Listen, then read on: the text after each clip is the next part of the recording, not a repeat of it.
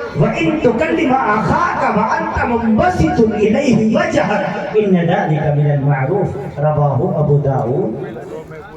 عن أبي هريرة قال قال رسول الله صلى الله تبارك وتعالى عليه وسلم طلب العلم فريضة على كل مسلم رواه مسلم. عن أبي الدرداء رضي الله تعالى عنه قال قال رسول الله صلى الله تعالى عليه وسلم إن العالم لا يستغفر له من في السماوات ومن في الأرض حتى الحيتان في الماء. إن العلماء ورثة الأنبياء إن الأنبياء لم يورثوا دينارا ولا درهما إنما ورثوا العلم فمن أخذه أخذ بحظ وافر. رواه الترمذي وابن ماجه وأبي داود ورواه أحمد أو كما قال رسول الله صلى الله تعالى عليه وسلم. منفعت ایک ہے اس قوم کی نقصان بھی ایک. منفعت فائدہ نفع. منفعت ایک ہے اس قوم کی نقصان بھی ایک. ایک ہی سب کا نبی دین بھی ایمان بھی ایک اور حرمین پاک بھی اللہ بھی قرآن بھی ایک. ہمارا اللہ ایک ہے کہ نہیں ہے؟ ہمارا قبلہ ایک ہے کہ نہیں ہے؟ ہمارا کعبہ ایک ہے کہ نہیں ہے؟ ہمارا رسول ایک ہے کہ نہیں ہے؟ کعبے کے اعتبار سے ہم ایک ہیں کہ نہیں ہے؟ اللہ کے اعتبار سے ہم ایک ہیں کہ نہیں ہے؟ ہاں ہاں ایک ہی سب کا نبی دین بھی ایمان بھی ایک اور حرمین پاک بھی اللہ بھی قرآن بھی ایک. کیا بڑی بات تھی ہوتے جو مسلمان بھی ایک. فرقہ بندی ہے کہیں اور کہیں ذاتیں ہیں. کیا زمانے میں پنپنے کی یہی باتیں ہیں اور ہم ہیں آپس میں غضبناک. وہ صحابہ کرام آپس میں رحیم. علماء محققین مفسرین مدبرین اتہاس دانوں نے ایک تعداد لکھی ہے. وہ خوش نصیب انسان جنہوں نے پیغمبر رسول جناب محمد عربی صلی اللہ علیہ وسلم کے ہاتھ پر کلمہ پڑھ کر اسلام قبول کیا. ان صحابہ کرام کی تعداد 1,75,000 تھی. پہلی روایت. ان صحابہ کرام کی تعداد کم و بیش 4 لاکھ تھی. دوسری روایت. ان صحابہ کرام کی تعداد تقریباً 4.25 لاکھ تھی. آخری روایت. ان صحابہ کے بارے میں علامہ اقبال فرماتے ہیں کیا فرماتے ہیں؟ ہم ہیں آپس میں غضبناک وہ آپس میں رحیم. ہم خطا کارو خطا بھی وہ خطا پوش و کریم اور چاہتے سب ہیں کہ ہو اوج ثریا پہ مقیم. ہر شخص چاہتا ہے اللہ اس کو عزت عطا فرما دے. ہر شخص چاہتا ہے اللہ اس کو بلندی عطا فرما دے. ہر شخص چاہتا ہے اللہ اس کو دولت دے دے. ہر شخص چاہتا ہے اللہ اس کو شہرت دے دے. ہر شخص چاہتا ہے اللہ اس کو مقام بلندی پر فائز کر دے. چاہتے سب ہیں کہ ہو اوج ثریا پہ مقیم. پہلے ویسا کوئی پیدا تو کرے قلب سلیم. یوں تو سید بھی ہو مرزا بھی ہو افغان بھی ہو تم سبھی کچھ ہو بتاؤ تو مسلمان بھی ہو. قلب میں سوز نہیں روح میں احساس نہیں کچھ بھی پیغام محمد کا تمہیں پاس نہیں. اور انہی صحابہ کرام کی شان میں اقبال کہتا ہے اور ایک عجیب رونا روتا ہے. ٹل نہ سکتے تھے اگر جنگ میں اڑ جاتے تھے. کون؟ وہ صحابہ کرام. ٹل نہ سکتے تھے اگر جنگ میں اڑ جاتے تھے. پاؤں شیروں کے بھی میدان سے اکھڑ جاتے تھے. اور اے رب ذوالجلال تجھ سے سرکش ہوا کوئی تو بگڑ جاتے تھے. اے اللہ تیری ذات مقدسہ پر اگر کوئی حملہ کرتا تھا یا تیرے محبوب کریم کی ذات پر کوئی انگلی اٹھاتا تھا. اللہ اگر کوئی نمازوں کو مٹانے کی بات کرتا تھا قرآن کریم کو کمزور کرنے کی بات کرتا تھا اسلام کے خلاف آواز اٹھانے کی بات کرتا تھا. اے رب ذوالجلال ہاں ہاں تو اقبال کہتا ہے ٹل نہ سکتے تھے اگر جنگ میں اڑ جاتے تھے. پاؤں شیروں کے بھی میدان سے اکھڑ جاتے تھے. اور اے رب ذوالجلال تجھ سے سرکش ہوا کوئی تو بگڑ جاتے تھے.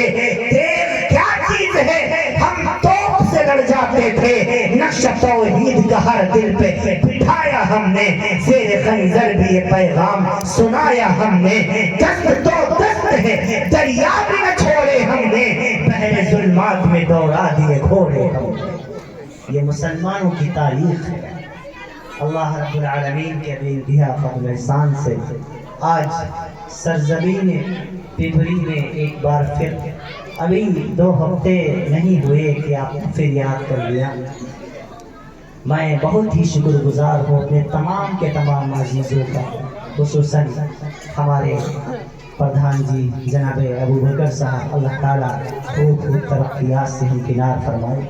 بہت سارے معزز لوگ یہاں پر موجود ہیں، اطراف سے، پپری سے، رنڈا سے، گڑیچا سے اور دیگر جگہوں سے آنے والے، اللہ تعالیٰ صدقہ آنا قبول فرمائے، اللہ تعالیٰ سب کی حاضری کو شرف قبولیت سے نواز دے۔ سب کے ناموں سے واقف نہیں، لیکن اتنا میں ضرور کہوں گا کہ سب معزز لوگ ہیں، سب محترم لوگ ہیں، سب قابل لوگ ہیں۔ اللہ رب العالمین تمام کے تمام ان کا وشوں کو قبول فرمائے۔ حافظ ثاقب صلی اللہ علیہ وسلم جنہوں نے ابھی فون کیا، میں نے کہا بھیا ابھی بلایا تھا آپ نے، پھر بلا رہے ہو، ابھی تو پیروں کے نشان نہیں مٹے۔ فرمائے نہیں، پھر سے یاد کر رہے ہیں ہمارے پردھان جی اور دیگر افراد، ہماری مائیں بہنیں بیٹیاں بچیاں۔ کچھ آوازیں ادھر سے آ رہی ہیں، تھوڑا خاموش ہو جائیں تو ہمیں بات کرنے میں، آپ کی آواز اگر ہمارے کانوں تک آئے گی تو مجھے بات کرنے میں دشواری ہوگی۔ انہیں ذرا محبت سے پیار سے سمجھا دیجیے کہ تھوڑی دیر خاموشی بنائے رکھیں۔ انتہائی تھکا ہوا ہوں، مستقل یہ 1.5-2 ماہ ہو گئے، ابھی ایسا موقع نہیں ملا کہ پوری رات ہمیں 5-6 گھنٹے نیند ملی ہو۔ کل بھی تقریباً 3:30 بجے پہنچا آ کر کے مدرسے میں، آ کر کے تھوڑا سا آرام کیا، پھر صبح مدرسہ بھی دیکھنا، فجر بھی پڑھانی، پھر یاد کر لیا آپ نے آج آرام کا دن تھا، لیکن ہم نے کہا چلو پپری والوں کے لیے تو اپنی آرام بھی قربان ہے، سب کچھ قربان ہے، بڑے اچھے لوگ ہیں، میں آپ سے واقف، آپ مجھ سے واقف، اللہ سب کی حاضری کو شرف قبولیت سے نواز دے۔ جلسہ اصلاح معاشرے کی اصلاح کے لیے ضرورت ہے اس بات کی، جیسے صحابہ متحد تھے ہم بھی متحد رہے، جیسے صحابہ ایک بات پر اتفاق کرتے تھے ویسے ہم بھی اتفاق کریں۔ دیکھو مکہ المکرمہ میں گھسے پیٹے صحابہ کفار مشرکین نے جب ان کو تنگ کیا، پڑھیے تاریخ مکہ المکرمہ، نوجوانوں جتنے ہمارے یہاں بھائی بیٹھے ہوئے ہیں، سب سے میں کہوں گا آپ ہسٹری پڑھیے، تاریخ پڑھیے، صحابہ کرام کا کیریکٹر پڑھیے، نبی پاک کی سیرت پڑھیے، صحابہ کی سیرت پڑھیے، صدیق اکبر کے کارنامے پڑھیے، آپ ابو دجانہ کے کارنامے پڑھیے، فاروق اعظم کے قصے پڑھیے، آپ اپنی اولادوں کو حضرت حنظلہ کی کہانی پڑھ کے سنائیے، آپ کو پتا چلے گا مسلمان رہتے کیسے ہیں، مسلمان کا شیوا کیا ہے، مسلمان کا کام کیا ہے، مسلمان کیوں آیا ہے۔ مسلمان اپنے لیے نہیں آیا، وہ دوسروں کے لیے آیا ہے۔ رب ذوالجلال کا فرمان ہے تم خیر امہ، تم اچھی امت ہو، بہترین امت ہو، خوبصورت امت ہو، تم بھلائی کے کاموں کے لیے پیدا کیے گئے ہو، اخرجت للناس، تم لوگوں کی بھلائی کے لیے پیدا کیے گئے ہو۔ ہاں لوگوں کے لیے جینا سیکھو، اپنے لیے نہیں، لوگوں کی خدمت کرو، اپنے نہیں، لوگوں کے لیے جیو، انشاءاللہ زندگی مزیدار ہو جائے گی۔ جب مکہ المکرمہ میں وہ گھسے پٹے صحابہ جب تشریف لے آئے تو آقا مدنی صلی اللہ علیہ وسلم نے مدینے کے جتنے اصحاب تھے ان کے ساتھ ان کی مواقعات کروا دی، یعنی بھائی چارگی کروا دی، مکے والوں کا مدینے والوں سے میل کروا دیا اور فرمایا یہ تمہارے بھائی ہیں۔ مدینے والوں نے بھی کر کے دکھایا، ہاں زمین میں حصہ، جائیداد میں حصہ، مکان میں حصہ،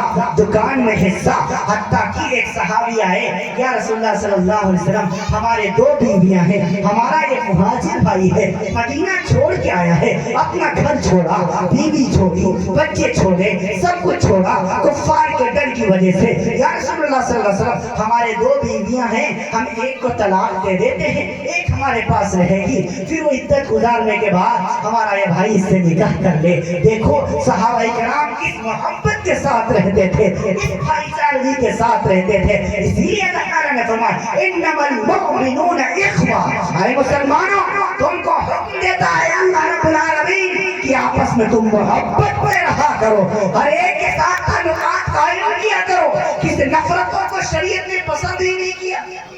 پچھلے گزشتہ جلسے میں بھی میں عرض کر کے گیا, اسلام خالصتاً محبت کی بات کرتا ہے. اسلام صرف اور صرف ملنساری کی بات کرتا ہے. اسلام صرف امن کی بات کرتا ہے. اسلام صرف جوڑ کی بات کرتا ہے. اسلام توڑ کے خلاف ہے. اسلام کاٹنے مارنے کے خلاف ہے. اسلام دہشت کے خلاف ہے. اسلام نفرت کے خلاف ہے. اسلام نے ہمیشہ اتحاد کی دعوت دی. فرمایا تم ہر ایک سے محبت کے ساتھ رہو. خصوصاً فرمایا مسلمانوں کے ساتھ. مسلمانوں کے تو ایک عجیب مسئلہ ہے. میں ملک پھرتا ہوں, میں جاتا ہوں, دیکھتا ہوں, ساری دنیا آج کے دور میں پریزنٹ ٹائم کی بات میں کر رہا ہوں, ساری دنیا مسلمانوں کو مٹانے پر لگی ہوئی ہے اور مسلمان کو مٹانے پر لگا ہوا ہے. ہاں, ساری دنیا مسلمان کے خلاف اور مسلمان کے خلاف. بھائی میں نہیں بن رہی, ماں بیٹی میں نہیں بن رہی, ساس بہو میں نہیں بن رہی, نند اور بھاوج میں نہیں بن رہی. بھائی ابھی فائلیں اٹھا کر کے دیکھ لیجیے. ایک ہمارے دوست ہیں ہائی کورٹ کے جج نے کہا کہ جج صاحب ذرا بتائیے کہ آپ کے پاس سب سے زیادہ کیس کس کے آتے ہیں؟ فرمایا مسلمانوں کے. کس چیز کے؟ فرمایا سب سے زیادہ تو پراپرٹی کے آتے ہیں, جو بھائی نے بھائی کے خلاف کیس فائل کیا ہوتا ہے, اور دوسرے نمبر پر ہے طلاق کے. تو سب سے زیادہ مسائل کورٹ کے اندر جا رہے ہیں. آپ اندازہ لگائیں. یہ مسلمانوں کی میں نے بات کی تھی ان سے, ادرس ریلیجن کی میں نے کوئی بات نہیں کی, صرف مسلمانوں کے بارے میں ہم نے پوچھا. ان کا بیان یہ ہے سب سے زیادہ کیس مسلمانوں کے خلاف. اور کہیں تو ایسا دیکھا گیا بیٹے نے اپنے باپ کے خلاف کیس فائل کیا ہوگا. بیٹے نے اپنے باپ کے خلاف کہ اس باپ نے ہمارا حق مار لیا, اس باپ نے ہمارا حق مار لیا. کہیں چچا بھتیجے کے خلاف, کہیں بھتیجا چچا کے خلاف. یہ کیا ہے؟ میرے بھائی, زندگی تھوڑے دن کی ہے. پچھلی بار بھی کہہ کے گیا تھا, پھر کہہ رہا ہوں, محبت کے ساتھ گزارو.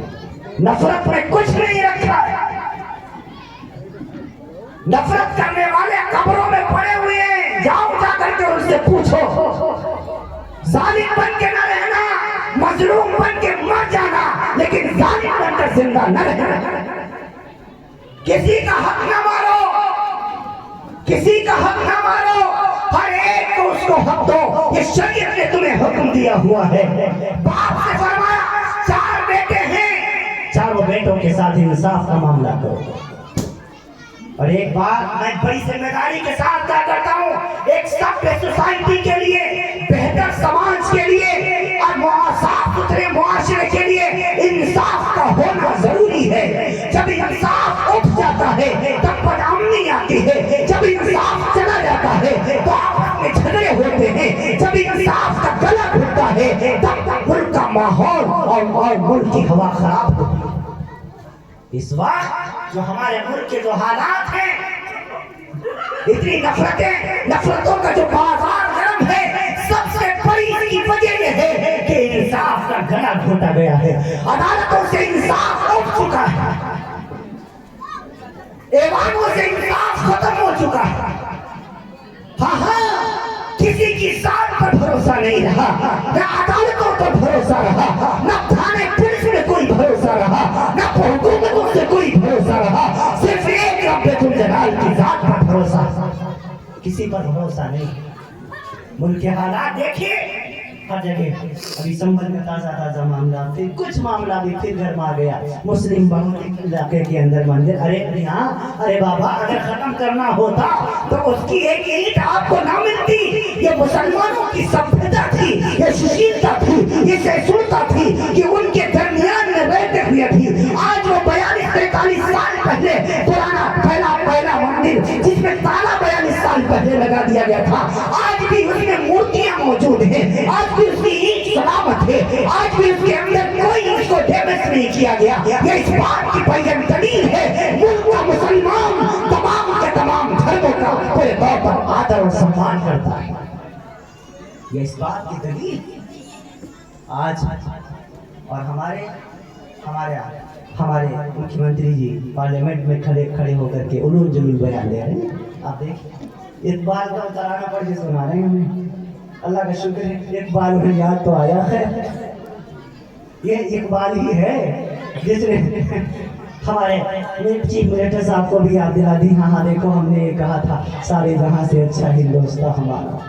انہوں نے پیراگراف صرف کیا باقاعدہ کے اندر ہندی ہے ہم وطن ہندوستان ہمارا ہے, لیکن انہوں نے جان بوجھ کر پڑھا مسلم ہے ہم وطن ہے سارا جہاں. بہت اچھی بات ہے.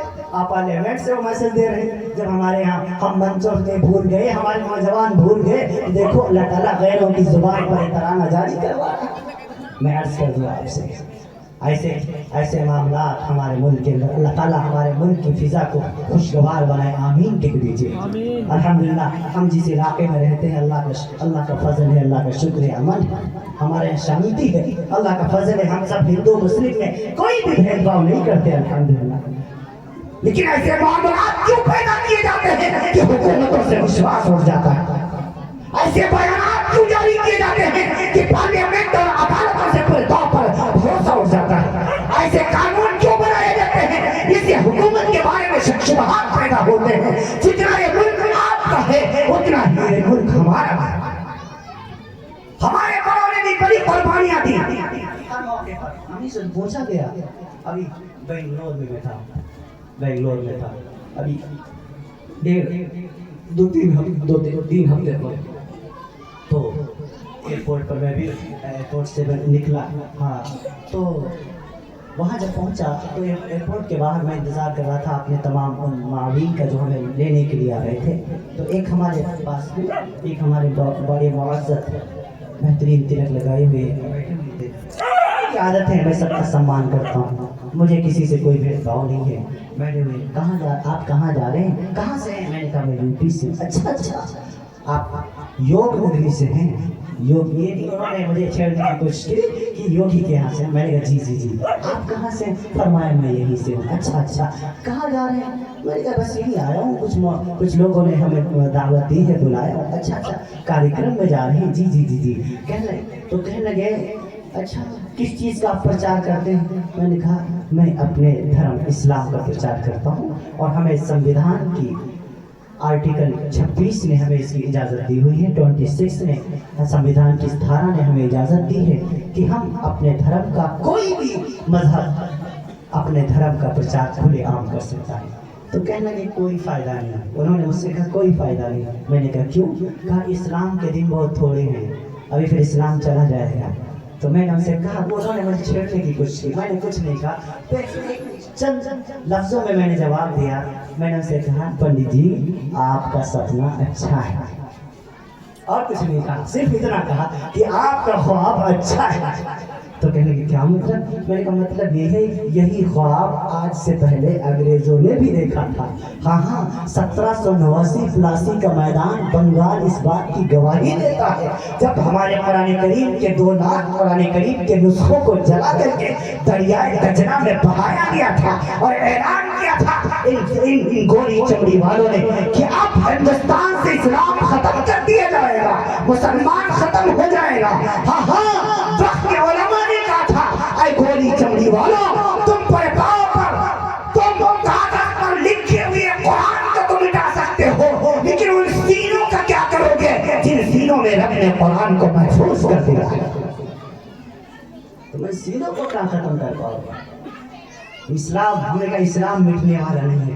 میاں مکے میں بدر کے میدان 313 تھے, احد میں اور بڑے 1000 ہو گئے. فتح مکہ کے بعد پورے طور پر 10,000 کا لشکر ہو گیا, دھیرے دھیرے بڑھتا رہا. میدان بدر میں 14 مسلمان شہید کر دیے گئے, احد میں 72 شہید کر دیے گئے, جنگ خیبر میں 92 صحابہ شہید کر دیے گئے, میدان یرموک میں بے شمار صحابہ شہید کر دیے گئے, جنگ خندق میں صحابہ شہید ہوئے, میدان کربلا میں 72 کے 72 شہید ہو گئے. وہاں سے اسلام ہوتا ہوا آیا. ملک ہندوستان کی آزادی کا معرکہ دیکھ لیجئے. انگریز government of history of Indian کتاب لکھتا ہے, صفحہ 144 کے اوپر لکھتا ہے 1857 سے لے کر کے 1947 تک 4 لاکھ علماء کو, مسلمانوں کو نہیں, 4 لاکھ خالص علماء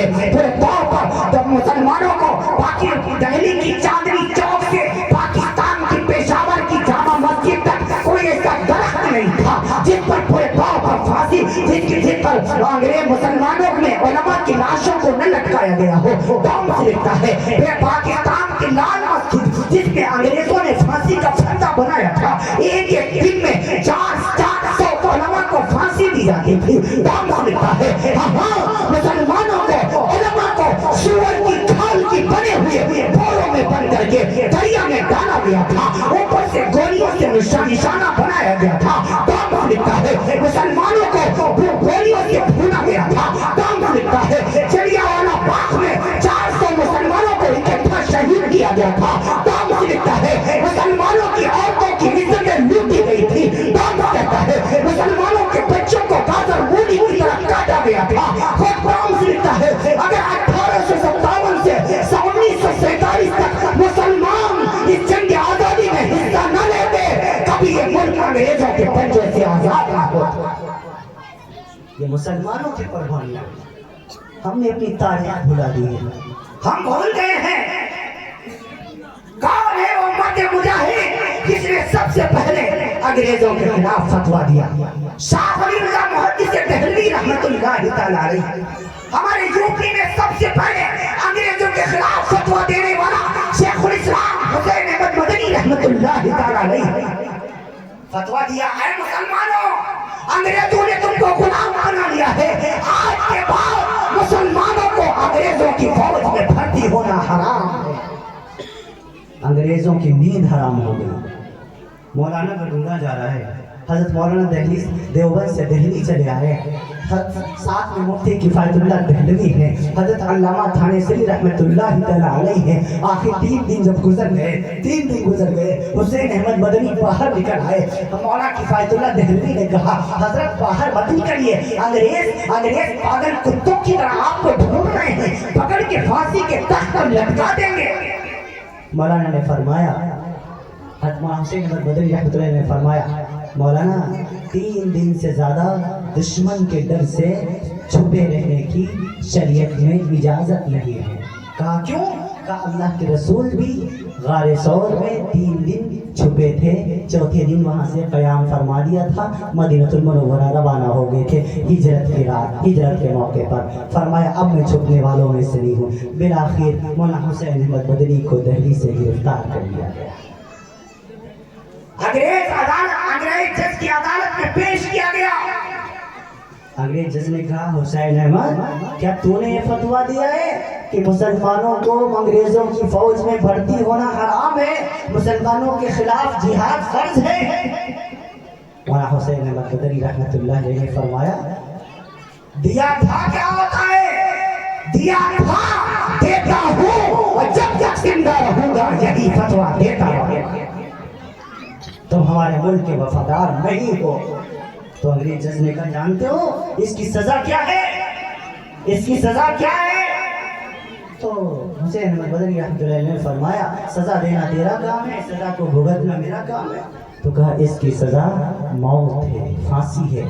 مولانا نے فرمایا ہاتھوں میں ہتھکڑیاں پڑی تھیں پیروں میں بیڑیاں پڑی تھیں. فرمایا میری بیڑیاں کھولو ذرا میرے ہاتھ کھولو. جج نے کہا کھولنا مت مولوی چالاک ہے بھاگ جائے گا. حسین احمد مدنی رحمت اللہ نے کیا تاریخی جملہ فرمایا. فرمانے لگے اے گوری چمڑی والے سن میری ماں نے میرا نام حسین رکھا تھا اور تاریخ گواہ ہے حسین گردن تو کٹا دیتا ہے میدان چھوڑ کر بھاگا نہیں کرتا. کھول دیا گیا. بیگ نکالی حضرت نے اور کپڑا نکال کر سفید کپڑا اس کی میز پر رکھ دیا. کہنے لگے اگر اس کی سزا موت ہے تو میں دیوبند سے کفن ساتھ لایا ہوں. تو کہا تمہیں کفن تو یہاں بھی مل جاتا تم دیوبند سے کیوں لائے ہو؟ فرمانے لگے کیا جملہ کہا ہے. فرمانے لگے جس انگریز کو ساری زندگی میں گالیاں دیتا رہا جس انگریز کے خلاف ساری زندگی میں فتوے دیتا رہا جس انگریز کے خلاف میں لڑائی کرتا رہا آخری لمحہ ہو قبر میں جاؤں اس انگریز کی فیکٹری میں بنے ہوئے کفن کو پہن کر اللہ کی عدالت میں جاتے ہوئے شرم آ جائے. یہ ہمارے اکابر تھے یہ ہمارے بڑے تھے یہ ڈرنے والے نہیں تھے. جب سب متحد ہوئے, ادھر سے حسین احمد مدنی, کفایت اللہ دہلوی, مولانا ابوالکلام آزاد, علامہ عبید اللہ سندھی, ادھر سے مہاتما گاندھی, سبھاش چندر بوس, پنڈت جواہر لال نہرو, سردار بھگت سنگھ, یہ بڑے بڑے لوگ پورے طور پر جب متحد ہوئے تو انگریز ہمارے ملک سے تم دبا کر بھاگنے پر مجبور ہو گیا. آج بھی اگر سارے لوگ مل جائیں, متحد ہو جائیں, ایک پلیٹ فارم پر آ جائیں, ہندو, مسلمان, سکھ, عیسائی, پارسی, بدھسٹ, جینش, کمیونسٹ, سارے مذاہب ایک ہو جائیں ان فرقہ پرستوں کے خلاف, تو یہ بھی ہمارے ملک سے تم دبا کر بھاگنے پر مجبور ہو جائے گی. جو ہم ٹکڑیوں میں بٹے ہوئے ہیں, جو ہم اتحاد کا دامن کھو بیٹھے ہیں, مسلمانوں متحد رہو, اتحاد ضروری ہے, اتحاد ضروری ہے. اب تو حد ہو گئی, مسلمان کے پیچھے پڑا ہے, کسی کی عزت کی فکر نہیں, کسی کی آبرو کی فکر نہیں. میرے نبی پاک صلی اللہ علیہ وسلم کو دیکھو, میرے نبی محترم صلی اللہ علیہ وسلم کو جب مکہ المکرمہ سے نکال دیا گیا, ہجرت کر کے مدینہ المنورہ تشریف لے آئے, پھر جب مکہ فتح ہو گیا, میرے نبی نے کعبے کا غلاف پکڑا, کعبے کا غلاف پکڑا اور کعبے کے غلاف کو پکڑ کر کے کہا, اے میرے کعبہ, اے کعبہ, تو مجھ کو اپنی میری جان سے زیادہ عزیز ہے, میری جان سے زیادہ تو پیارا ہے, تجھے کوئی 100 مرتبہ گرائے, 100 مرتبہ بنائے, مجھے اتنا دکھ نہیں ہوگا جتنا دکھ مجھے ایک مسلمان کی عزت کو داغدار کرنے سے ہوتا ہے. ہم فکر کرتے ہیں بڑا کسی مسلمان کے بارے میں. حسین سے پوچھو, اب تو کہتے نہیں گھر کا بھیدی لن کڑھائے, یہ ہے ہمارا حال.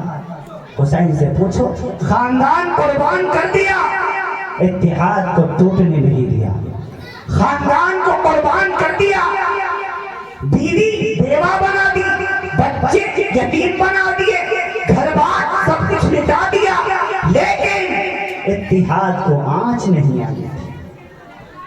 آج تو بڑے افسوس کے ساتھ ہی کہنا پڑتا ہے, جب میں حالات دیکھتا ہوں, ابھی دیکھنا ابھی کچھ دنوں کے بعد الیکشن آئیں گے, پھر دیکھنا کیا حال ہوگا, کیا ماحول ہوگا. یہ پارٹی ہمارے پردھان جی سے پوچھیے گا ذرا کیا گول کھیلیں گے, تو واسطہ 500 روپے میں, 1000 روپے میں مسلمان آج اپنی ووٹ غیروں کے ہاتھ پر بیچ رہا ہے. مفتی ہونے کی حیثیت سے ایک منٹ میں فتویٰ دے کر کے جاتا ہوں, یہ اور شرعی حق ہے, یہ ایک شہادت ہے, یہ ایک گواہی ہے, اس کا بیچنا جائز نہیں ہے, اس کا بیچنا شریعت میں قطعاً حرام ہے. ہاں, اگر ووٹ لے کر کے, پیسے لے کر کے آپ نے ووٹ دی ہے تو آپ نے ووٹ نہیں بیچی بلکہ اپنے آپ کو بیچ دیا, آپ نے سودا کر لیا کسی کے ہاتھ پر اپنا. یہ شریعت میں پسندیدہ نہیں ہے. ووٹ کی قیمت پوچھنی ہے, حسین سے پوچھو, خاندان قربان کر دیا, علی اکبر سے لے کے علی اصغر تک سب کو ذبح کروا دیا, اپنے خاندان کے سارے افراد کٹوا دیے, لیکن ظالم یزید کو ووٹ نہیں دی. ووٹ ہی کی بات تھی, ایک ووٹ کی بات تھی.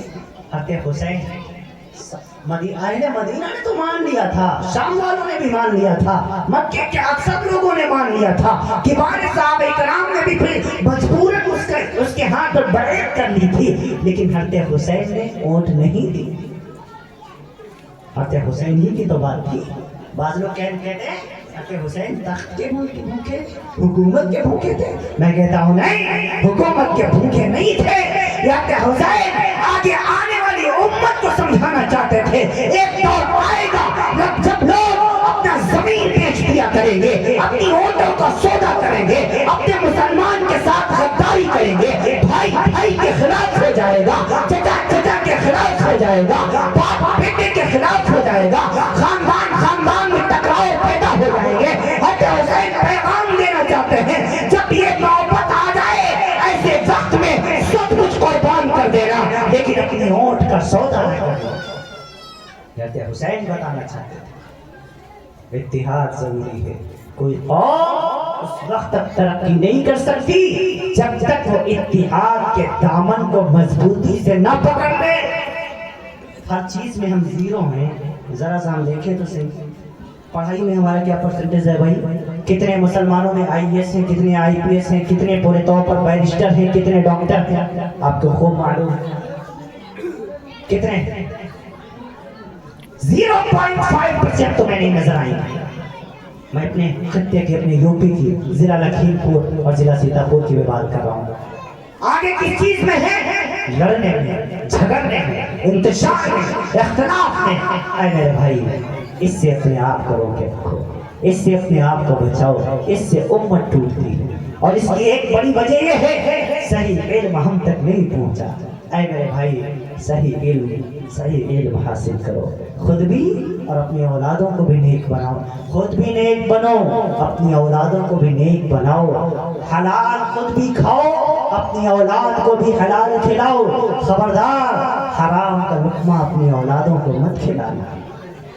اکثر ہمارے یہاں معزز لوگ بیٹھے ہوئے ہیں, جیسے مجھے بتایا گیا کئی جگہوں کے پردھان حضرات ہمارے یہاں آئے ہوئے ہیں. ایک دل کرتا ہے, ایک حدیث یاد آ گئی ہے, آپ ہی سے ریلیٹڈ ہے, تھوڑا میں عرض کیے دیتا ہوں, آپ کا زیادہ حق بنتا ہے. اللہ کی عدالت میں میدان محشر جب لگے گا تو اس دن کوئی سایہ نہیں ہوگا, درخت بھی نہیں, پیڑ بھی نہیں, پودے بھی نہیں, ستارے بھی نہیں, سیارے بھی نہیں, نہ کسی سرمایہ دار کی کوٹھی کا سایہ, نہ کسی جگیردار کی بڑے طور پر گوچھر کا سایہ. کوئی اس دن سایہ نہیں ہوگا, ایک ہی سایہ ہوگا, اور اس سایہ میں 7 قسم کے لوگ بیٹھیں گے. کتنے قسم کے لوگ بولو بھائی؟ 7 قسم کے لوگ بیٹھیں گے. 7 ایسے خوش نصیب 7 قسم کے انسان ہیں جو اللہ کے عرش کے نیچے بہترین قسم کی نعمتیں کھائیں گے, اور باقی لوگ حساب کتاب میں پھنسے ہوں گے. سب سے پہلے نمبر پر میرے نبی نے نمازی نہیں فرمایا, حاجی نہیں فرمایا, عالم نہیں فرمایا, محدث نہیں فرمایا, مفسر نہیں فرمایا, مدبر نہیں فرمایا. فرمایا سب سے پہلے اللہ کی عرش کے نیچے جس شخص کو جگہ دی جائے گی وہ انصاف کرنے والا بادشاہ ہوگا, انصاف کرنے والا حکمراں ہوگا. قاری صدیق وصف باندوی نے لکھا, حاکم الاسلام قاری محمد طیب نے لکھا, حجت الاسلام مولانا قاسم نانوتوی رحمت اللہ تعالی نے لکھا, حاکم الامت مولانا شیخ الحدیث تھانوی رحمت اللہ نے لکھا. ہاں, ایک بادشاہ وہ ہوتا ہے جو سارے ملک پر حکومت کرتا ہے, جس کو ہماری زبان میں پیر کہتے ہیں. ایک بادشاہ وہ ہوتا ہے جو صوبوں پر حکومت کرتا ہے, ہماری زبان میں اسے سیم کہتے ہیں. ایک بادشاہ وہ ہوتا ہے جو ایک ضلع پر حکومت کرتا ہے, اسے ٹیم کہتے ہیں. ایک وہ ہوتا ہے جو تحصیل پر حکومت کرتا ہے, اسے ایس ٹی ایم کہتے ہیں. ایک وہ ہوتا ہے جو ایک بلاک پر حکومت کرتا ہے, اسے بلاک پرمکھ کہتے ہیں. ایک وہ ہوتا ہے جو ایک قصبے کے اوپر حکومت کرتا ہے, عوامی زبان میں اسے چیئرمین کہتے ہیں. اور ایک وہ حاکم ہوتا ہے جو ہمارے گاؤں پر حکومت کرتا ہے, اس کو ہماری زبان میں پردھان کہتے ہیں.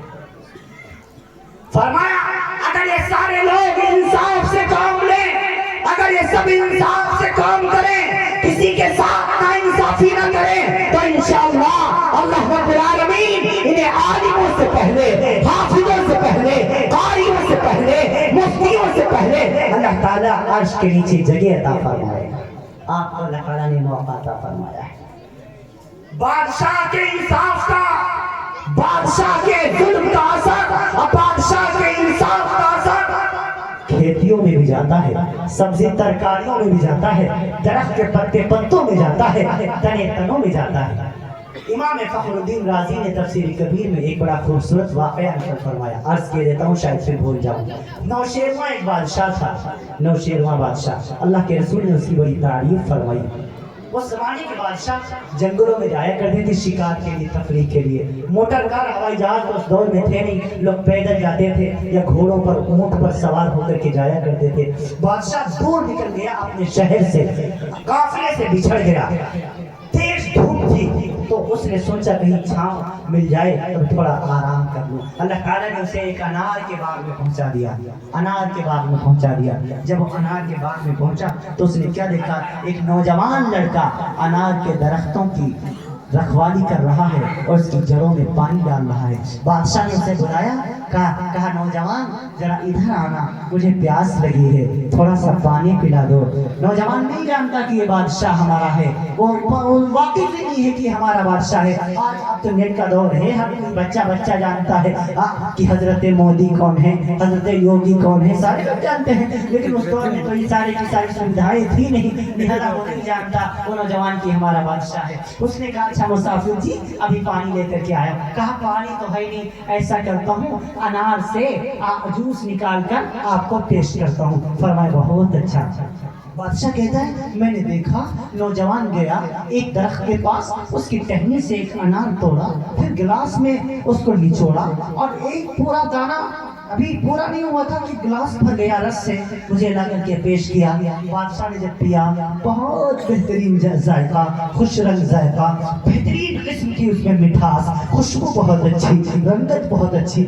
بادشاہ کے دل میں آیا ایسے انار تو ہمارے شہروں میں بھی نہیں ملتے, یہ دیہاتی لوگ کم وقت ایسے انار کھاتے ہیں. صبح ہی جاؤں گا اور اس باغ کو حکومت کی ملکیت میں کر لوں گا اور روزانہ اس کے انار کھایا کروں گا. اس کے دل میں بدماشی آ گئی, حرام خوری آ گئی, مکاری آ گئی. اس نے کہا اسے چھین لوں گا اس سے میں صبح جاتے ہوئے. دل میں آیا, کہا نہیں ہے. اس نے دوپہر تھی, تھوڑی دیر آرام کیا, جب چلنے لگا تو نوجوان سے کہا نوجوان میں چلا ہوں, مسافر ہوں, اگر تیرا دل کرتا ہو تو ایک گلاس اور پلا دے. نوجوان کہتا ہے ٹھیک ہے ابھی میں آپ کو پیش کرتا ہوں. پھر سے گیا اسی درخت سے اسی ٹہنی سے, پھر سے ایک انار توڑ کے لایا اور رس نکالنے کے لیے جیسے ہی گلاس میں رس نچوڑنے بیٹھا, ایک چوتھائی میں نہ نکلا, تھوڑا سا رس نکلا. پہلے ایک انار سے گلاس بھر گیا تھا اور اس بار معمولی سا رس نکلا. اور جب پیش کیا گیا بادشاہ کو, بڑا کڑوا, رنگ ختم, ذائقہ ختم, خشکی ساری کی ساری خوشگواری ختم. بادشاہ کہنے لگے نوجوان کیا مذاق ہے, کیسا خراب تم نے جوس ہمیں پیش کیا. فرمائے مسافر جی ہم نے باغ بھی نہیں بدلا, گلاس بھی نہیں بدلی, شاخ بھی نہیں بدلا, یہ وہی موجود ہے. فرمائے نوجوان, مسافر کہنے لگا نوجوان پھر آخر کیا بات ہے, پہلے ایک انار سے پورا گلاس بھر گیا تھا, اس کا ذائقہ بڑا شاندار تھا, اور اس بار تھوڑا سا رس نکلا وہ بھی کڑوا, اس میں بھی ذائقہ نہیں, اس میں بھی خوشبو نہیں, یہ کوئی الگ انار ہے. نوجوان کہنے لگا مسافر جی ایسا لگتا ہے اس ملک کے بادشاہ کے دل میں بےمانی آ گئی ہے. ہاں اسی لیے اس کے بےمانی کی اثر سے سارا کا سارا باغ ایک دم مرجھا گیا ہے, ذائقہ ختم ہو گیا, رنگت ختم ہو گئی, رس ختم ہو گیا. بادشاہ رونے لگ گیا, دل ہی دل میں توبہ کر دی, اللہ اے تو میں نے ارادہ کیا تھا ظلم کرنے کا, ہاں کر بیٹھوں گا تو کیا ہوگا, یہ تو ارادے کی نحوست ہے. اللہ مجھے معاف فرما دیجیے, میں اب اس ظلم سے توبہ کرتا ہوں. دل ہی دل میں توبہ کی. پھر چلتے وقت کہا نوجوان میں چلا ہوں, میری تیری آخری ملاقات ہے, نہ جانے ملاقات ہو کہ نہ ہو, اگر تیرا دل چاہتا ہو تو ایک گلاس اور پلا دے. مسافر کہتا ہے, بادشاہ کہتا ہے اس بار میں نے غور سے دیکھا کہاں جا رہا ہے, کہا اسی درخت کی ٹہنی سے انار توڑ کے لایا جس سے 2 مرتبہ پہلے لایا تھا. فرمایا جیسے رس نکالنے بیٹھا آدھا انار پورا نہیں ہو کہ گلاس بھر گیا, گلاس بھر گیا. اور جب پیش کیا گیا پہلے سے اچھا ذائقہ, پہلے سے اچھی رنگت, پہلے سے اچھی خوشبو, پہلے سے اچھا ذائقہ. بادشاہ نے پیا, کہا نوجوان یہ کوئی اسپیشل انار تھا. فرمائے نہیں, گلاس بھی وہی ہے, شاخ بھی وہی ہے, درخت بھی وہی ہے. نوجوان پھر اتنا حسین کیسے ہو گیا, خوبصورت کیسے ہو گیا, ذائقہ واپس کیسے آ گیا, رس فن میں واپس کیسے آ گیا. نوجوان کہنے لگا مسافر جی ایسا لگتا ہے بادشاہ وقت نے ظلم کرنے سے توبہ کر لی ہے اور اللہ نے اس کی توبہ کو قبول فرما لیا ہے. ہاں شیخ سعدی رحمت اللہ تعالی علیہ فرماتے ہیں بادشاہ کے ظلم کا اثر کھیتیوں میں جاتا ہے, سبزی ترکاریوں میں جاتا ہے, درخت کے پتے پتوں میں جاتا ہے, تنے گھروں میں جاتا ہے. آج جو